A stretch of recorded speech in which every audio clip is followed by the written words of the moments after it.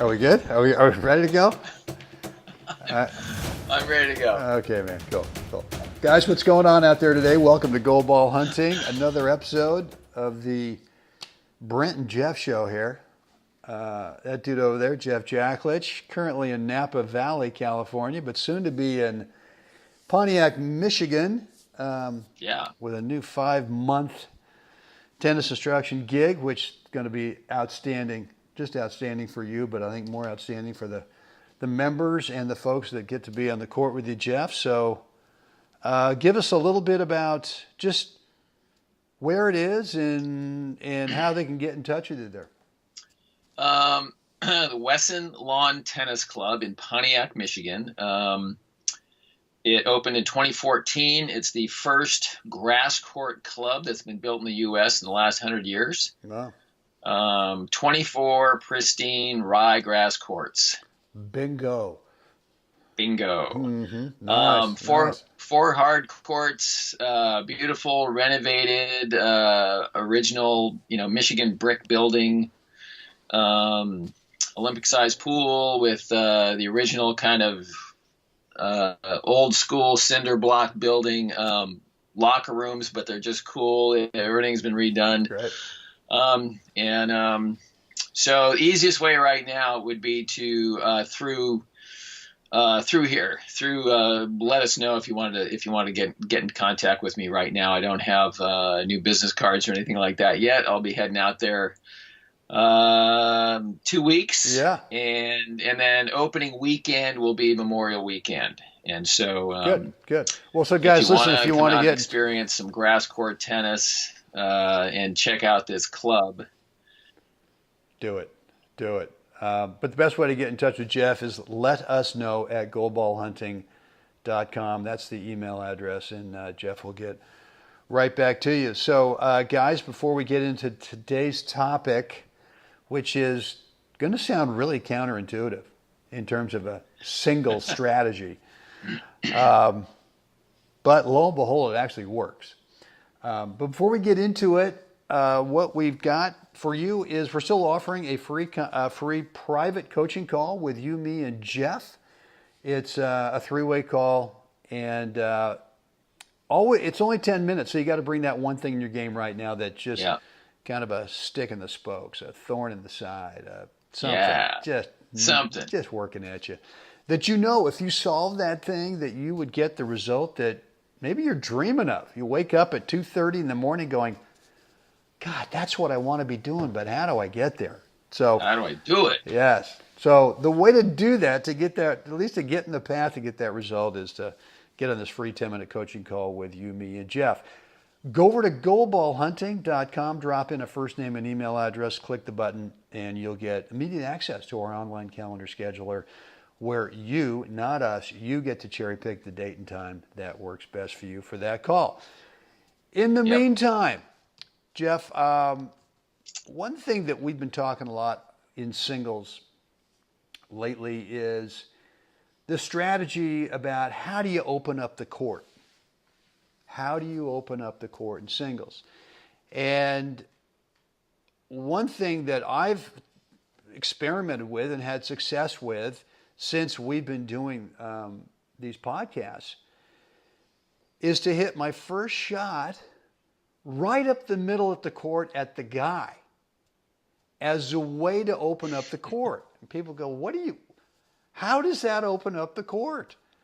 And the whole theory there is don't be the first guy to create an angle. Right. If you want to open up the court, keep pounding the middle and make that opponent go, I'm sick of this. I'm tired of trying to get out of the way of this big offensive rally ball that keeps coming in I can't do anything with, so I'm going to go to that corner over there, and boom. Now all of a sudden, you've got open court. The whole geometry has instantly changed, and you've allowed your opponent to participate in opening up the court. Yeah. Again, like you said, it's counterintuitive, I think. One,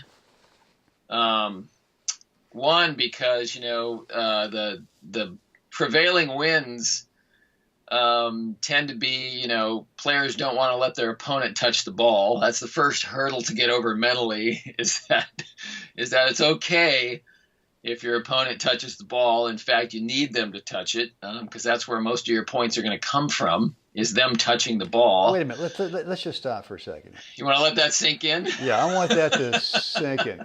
Most of your points will be won by allowing your opponent to touch the ball. Huh. Everybody, say it again. So you're saying we actually don't have to try to hit a whole boatload of winners, outright winners, to win matches. No, in fact, that can be, unless you're having that golden day. And I'll give you one, possibly two golden days a year where the ball looks as big as a beach ball. It just, things seem to be moving slow for you. Not for, like, you feel like you're moving quick and fast, but the ball just seems like it's moving slow. And you're just, hitting dimes on the court. You're hitting targets, and it's just mindless, and, all is right in the universe. Now, But I'll bet you there's balance in the universe. Yes, so there you're is. going to have a day or two on the other end of that scale. Right. So, but I'll bet you statistically, if you were to chart that match that you just described, where you're hitting dimes all over the court, the stats would be littered with your opponent missing shots. Yes, more than that thing where you think you have that golden day and you come off and you go, God, I couldn't miss a ball. Yeah, it's still rare, even on the golden day, that you're going to have more winners. That's right. Than your opponent's errors. That's right. So anyway, so that's the first hurdle we got to get over. Okay, so we're over that hurdle. Let's get back to the premise of the day, because we could go completely out there to the 385 mark in left field. What do we? I mean, opening up the court is to me no longer a function of kind of really limited geometry, meaning that I've got a ball that's coming back to me. I've just served, and here comes the return. It's coming back kind of to my right. It's a forehand. Well, gosh, up the line, the guy's he's literally not there. I can see after return he's moving back in the middle, so he's not over there cross court. But I don't really have the great geometry at that point to open up the court. Right. So, I mean, by going heavy up the center, does it, do you get back then something that's a little shallow in the court, hanging up a little bit? So when you do go for that first strike, on the angle, that you're actually inflicting some pain, that we're not just, teeing up the guy his first angle. And that's obviously what we're getting at here is that we want to force the other player to give up the first angle. Right. Right. And then give us more options with the geometry of the court at that point. If we're to talk about, if the game is all about how do you open up the court, meaning that where you're standing on your side of the court and you have the most available court over there to hit into, we would start standing right at the net. We would be right up at the net where you go, I don't care if you hit the ball right to me. I've got so much court to work with here that it doesn't matter where you play the ball to me. You don't have to open up an angle at all. And then as we start to back up, those angles start to go away. And so, look, when you play a ball heavy up the middle, and heavy means it's a rally ball with a little offensive, little attitude to it, but it's safe. It's safe. Yeah. And just like you talked about, frequently what you're going to get is a short ball. Now, even if that short ball lands around the tee, you've just opened up the court. Right. You've now got, and I'm not saying that now from the tee you're going to go ahead and ding winners. It's still a two-shot mindset, but you've opened up the court from back in the baseline by not giving the guy the first angle. Right. and again, it's not, service line is great. A lot of times it just means you can step up into the court and be 3-4 feet inside the baseline with a ground stroke on your strings. Something that's just kind of teed up for you. And you don't have to get all hyped up and amped up and like, okay, I'm gonna try and close this out now. That's counterproductive most of the time. Now's your chance to inflict some pain, some real pain. And then again, like you said, there's shot combinations as you're working that, but now you're working from a perspective that you're working from high ground. You get to, see what the geometry really looks like. Yeah. So, well, listen, guys, I think the thought of the day here is we could just say, don't be the first guy to open up. To create the angle. Right. So don't go to a corner. Unless you serve and you get the fattest little chubby sitter, fine. Then you can kind of go for some open court. But again, it's still a 2-shot mindset because you can't force that opponent to not anticipate where you're going to go.